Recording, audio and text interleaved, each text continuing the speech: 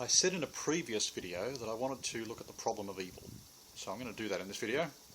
And the first thing I want to do is to clear the ground of nonsense. Alright. I've read some discussions of the problem of evil which have treated all sorts of processes as if they're an example of what they call natural evil. So supernovae, volcanoes, etc. As an example of natural evil because they're destructive or because something gets destroyed in the process. No. Supernovae and volcanoes are not intrinsically evil. In fact, as a scientist, I consider them both quite beautiful things and quite interesting. Stars, when they die, don't really die. It's an expression we use. So if a star explodes as a supernova, the star's no longer there, it's been destroyed, that's true, and something else has taken its place. There's a neutron star or a black hole in the remnant, and there's gases being distributed everywhere, and it's quite possible that our own solar system developed as a side effect of one supernova in the dim, dark past. But all these processes are just mechanical change, you know. None of them are evil. Stars don't die because they were never alive. It's just a metaphor, okay? But I do see this even in serious discussions of the problem of evil and natural evil. Now, what is the problem of evil? Well, now that we've got the nonsense out of the way, the problem of evil is saying that, well, look, if there was a God, he would make things good. If there was a good God, he would make a universe that was good. And yet, evil exists in the universe. So, you know, why? Is it because he can't stop that evil happening? Well, then he's not omnipotent, and of course God is meant to be omnipotent, so that disproves the existence of an omnipotent God. Or he can't do it because he's not clever enough, but God is meant to be omniscient, so the God of theism can't possibly exist in that situation either. The other possibility is that he can stop it, he knows how to stop it, and he just chooses not to. Therefore, he's a bad God. He's not the God of theism. So the God of theism is disproven no matter which option you take. That's the problem of evil as it's commonly presented. Alright. So let's look at this problem of evil and see what it really comes to. Alright, but before I go on, I'll just mention one more thing that people say is evil and actually isn't. And that's entropy, the second law of thermodynamics. You know, in common terms, it's basically telling us that things decay, order breaks down, order tends towards disorder over time. Nothing orderly lasts forever. Well, what does entropy come down to? Well, actually it comes down to statistics. There are more disorderly states than there are orderly states, and so you're going to naturally tend towards disorderly states just by force of statistics. It's not just statistics, it's also a statement that nothing lasts forever. No orderly form lasts forever. Well, so what? Things are finite. Things are temporally finite. This is not evil. It's just the way things are in anything that's finite in our universe. I don't say you can call that evil. It's just a limitation. A limitation is not the same as evil. What's another thing we can say about the problem of evil? Well, it comes into play when we look at life and suffering and pain. That's when people are really talking about evil and, you know, why does God allow pain and suffering? That's really what they're talking about, at least if they're sensible. Well, the first thing, let's look at life. The problem of evil is completely irrelevant when we're talking about the death of plants. Plants do not suffer pain in any way, shape or form. We have no evidence of that. They don't have the necessary structures, neurological structures, to do it. Plant death is not evil, has no moral significance whatsoever. So let's get all that out of the way. But look, the vast majority of life on Earth, is of such a low form that even if it's not plants, even if it's some form of animal or bacteria, you still can't speak about pain as we understand it. You know, you can speak about automatic responses of aversion to this and aversion to that, and primitive nerve responses in certain organisms, but pain, the vast majority of organisms, pain is irrelevant. And I would argue that it's really foolish anthropomorphizing to act like trilobites or graptolites or ants had or have the requisite neurological system to be able to experience pain and suffering as we would understand those as, consciously felt.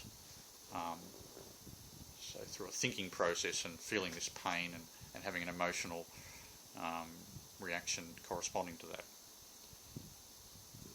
They're not that complicated. There's no reason to believe they experience pain in that sense. You do certain things to them, they'll react in a certain way.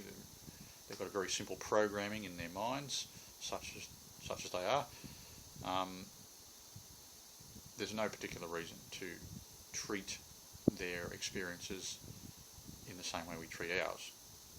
So I think you can also pretty much say that if we're going to talk about the problem of pain or the problem of evil, you're really talking about, you're limiting it to pain involving not just human beings, but vertebrates.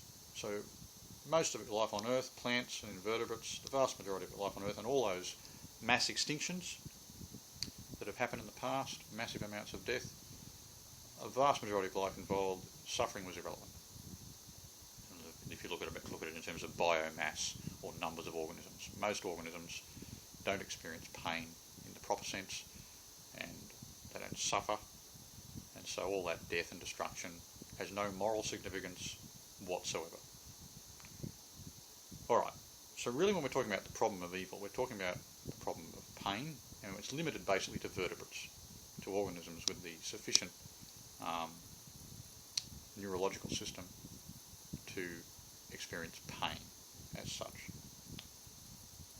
Alright, the other thing to realise is, and C.S. Lewis made this point, when we look at all that pain and suffering that has happened through the vertebrate community, including us, we have to remember the fact that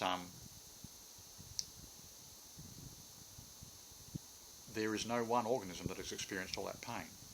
So you can't add all these conscious experiences of pain together to make one huge amount of pain as if some one organism or person has experienced that, because that's not true. There is no one mass of pain experienced by any organism. So that's obviously a very important point to make. Otherwise, again, you're going to completely misunderstand the nature of the evil in the universe. Alright, so it's vertebrate pain, and it can't be treated as one sort of big blob of pain that anybody experiences. Alright, now what I would say is that it's pain that we have to look at in vertebrate organisms and suffering in humans. Now why do I draw that distinction? Why do I say for most creatures, non-human creatures, we're talking about pain but not suffering? I'll make that distinction for this reason. When we look at the behaviour of wild animals, which clearly can feel pain, you notice a number of things. Alright, look at, say, a group of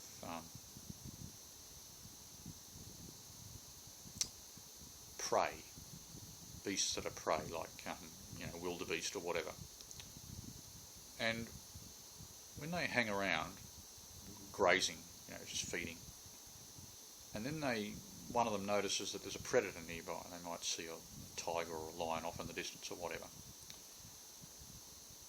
These creatures don't react the way we would react, with terror. I mean, you see something like that and you think, this could be the end of me. I could be dead. I could suffer horribly before I die. I need to get away from this thing or find a safe spot. They don't do that. They pretty much continue grazing. They keep an eye out, they continue grazing, and then when the predator makes a certain type of move, that's often when you'll see them make their move. And at a certain point, it's almost like a program they follow. All instinct. At a certain point, they take off. So there's obviously some sort of fear response going on there. But it's not based on the same kind of reflection and imagination of terror that we have. That's part of it. But the other thing is, there's no evidence that any of them, as shown by this behaviour, have this kind of existential terror that we have. The fear of death, saying, I will cease to exist as me, as what I am. If this happens, this will destroy me. They have an aversion to pain, an aversion to certain situations. They run away. There's fight or flight. There's all those instincts, but they don't have that reflection on their situation, their existence. There's no evidence that they have that kind of existential terror that we do. But they have less emotional complexity and reflection overall. They don't have concepts at all. So they don't have concepts of death and suffering, and they don't look forward in the same way we look forward in time and worry. If they were worried about, if the prey were worried about the predators, not worried the way we would be, they'd never be relaxed. They'd always be on edge. They're never safe in the way we would understand safety, and so they'd always be on edge. They'd be neurotic the whole time. They'd be, all showing signs of anxiety and exhaustion all the time. But that's not what happens. They don't reflect in the same way we reflect on these situations. They follow instinct. They do experience pain and fear, but they don't think about it and reflect on it, and so that it turns into suffering, as I would use that word to describe the human experience. All right, humans, on the other hand, we do experience suffering, pain, and more than pain in a different mode. Pain reflected upon, the fear of death reflected upon, as death, as destruction. But the thing about humans is, well, we have free will, and a lot of what happens to us we deserve. I'm sorry, but that's the truth. A lot of what happens to humans, they deserve. Not every time will the thing that happens to us be directly because of the bad thing we've done in the past, but there's a lot of things that happen to us and we say, well, I didn't deserve that. But then we've done bad things in the past where nothing happened to us. So over the whole of our lives, many of us probably don't have as much reason to complain as we might claim. We do suffer because of our own foolish decisions, and sometimes we suffer about as much as we deserve, or less. But there's more to it than that, of course. There are people who suffer innocently, who don't get what they deserve. But here's the thing. If God is going to create creatures that have freedom to choose to do good or choose to do evil, to choose to follow him or not, to have creatures who can truly love him freely, then this is a risk that must be taken as part of that. Some people will choose wrong. A lot of people choose wrong. And there's sin and there's consequences to that. And sometimes the consequences are not only on the person doing the sin, but on the, if you like, the innocent victim. However, Christianity teaches us that at the end of the age, God will judge, and there will be a balancing. So first, why is there evil? This is part of the problem of evil. Why is there evil? Because without the possibility of evil, without the possibility of choosing between right and wrong, there's a whole incredible dimension of being which God would be unable to create. He would be prevented from creating. If you have this arbitrary rule that says you cannot have creatures who can be the highest form of creature, who can freely follow God and freely follow goodness. Once you decide you can have that, once that's a possibility, then so is evil. It's not a matter of power or wisdom that limits God from preventing evil. It's the possibility of evil is required if creation is to take the higher form that it takes in beings that can choose, that have a moral dimension to their existence. Alright, so that's why there is evil. Because free creatures choose to do evil. And freedom is a necessary part of creating the highest forms of being. Alright. And that doesn't explain innocent suffering. What do we do about that? But as I said, we come to the end of time, God balances the ledger, and better than that, he shows mercy. So, effectively, what that means is that the innocent victim will be recompensed. You know, Christian thought is that there are some of the greatest innocent victims are the martyrs who've been very unjustly persecuted, killed, and they will be rewarded. But there's this idea behind the whole of the concept of final judgment, that God finishes things off, that the unfinished work of justice, whatever was not done on earth, is done there. The innocent are rewarded and the perpetrators are punished. You know, except God also does better than that. He forgives, he gives grace. So it's worth remembering that when we talk about the problem of evil in human terms.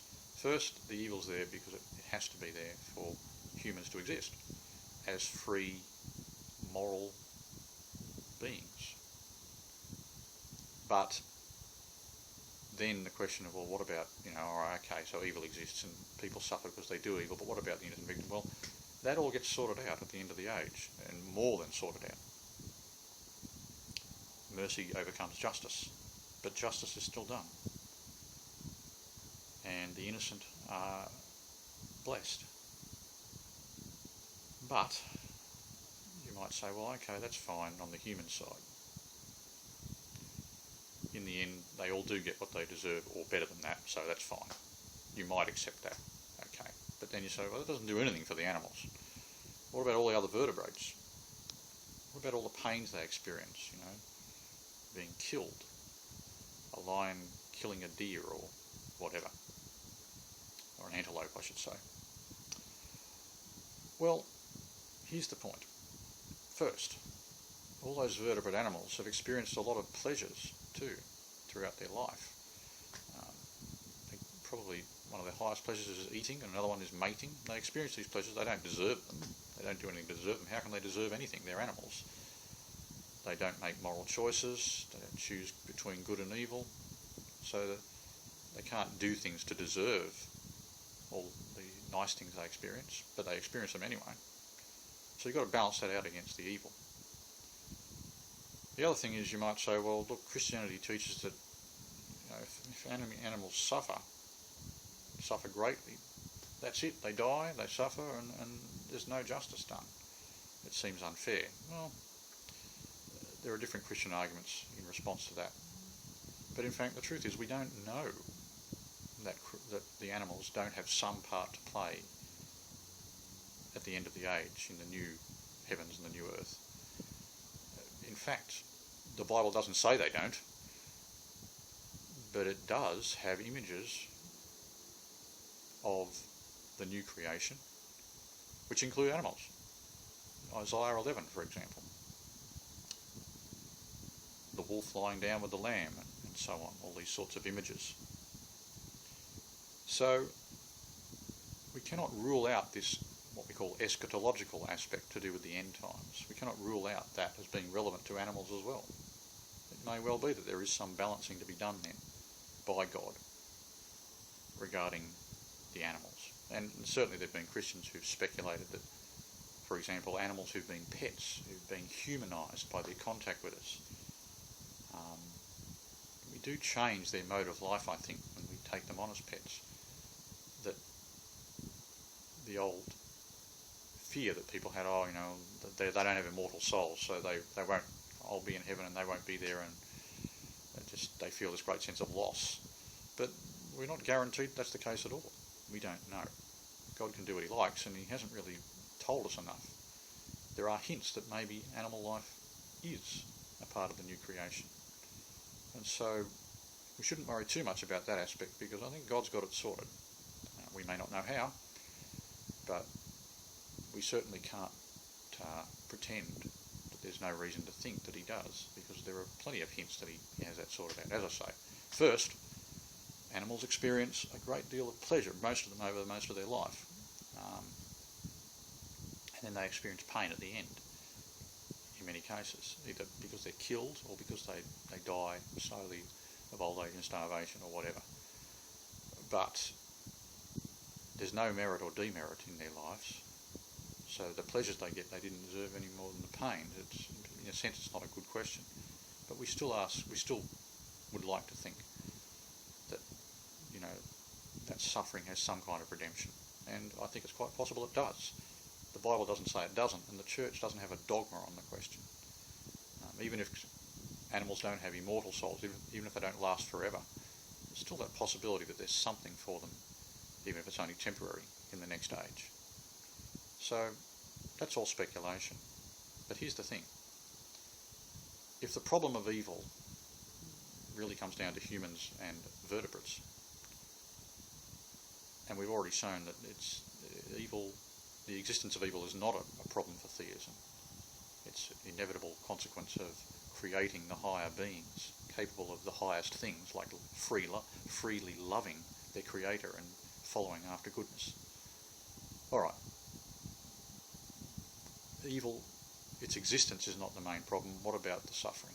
Well, we've shown, in the case of human suffering, that's dealt with through God's justice, here or hereafter. And for animals, we can't rule that out either, even apart from the fact that looking at meriting and demeriting suffering for animals is a bit dodgy anyway, conceptually. So what does that leave us with in terms of the problem of evil? Well, not much, I would suggest. That can be offensive to people. A lot of people would listen to that and say, well, that's just so dismissive. Human suffering can't be treated that lightly. Well, what I would say is this. Emotionally, none of this solves the problem of evil or suffering. None of it really helps that much. It may help a bit, but it doesn't necessarily help much when you're in the midst of suffering, or when you see somebody you care about suffering. But intellectually, it does deal with the problem of suffering. It doesn't help you in the midst of suffering to suffer less, but it does give us hope, and an enormous hope, in fact. So that's all I'd like to say at the moment about the problem of evil, except for one more little thing, I suppose, a little postscript. And that is, I referred to this problem in a previous video on the Tyson video, Does the Universe Have a Purpose? And there we were talking about the significance of mass extinctions and massive amounts of death in the history of life on Earth. And again, what I would point to is the fact that most of that death and destruction is not morally relevant. It simply isn't. It has no moral significance whatsoever for any of the creatures that can't experience pain. Death is a natural part of biological life. It's not in itself an evil. There's no reason to think, scripturally or in terms of rational reflection, without scripture, that life is subject to evil simply because it's limited in time, because it's finite, because it dies. There's no scriptural evidence and no reason on rational reflection on the world around us to think that the very fact that life on Earth is finite and that biological organisms live and then die is in itself an evil. It's not an evil in itself. That's just their finiteness, their limitedness. So, all of that stuff really doesn't contribute that much to the problem of evil, apart from the aspects of vertebrate pain and human suffering, which I've dealt with previously in this video.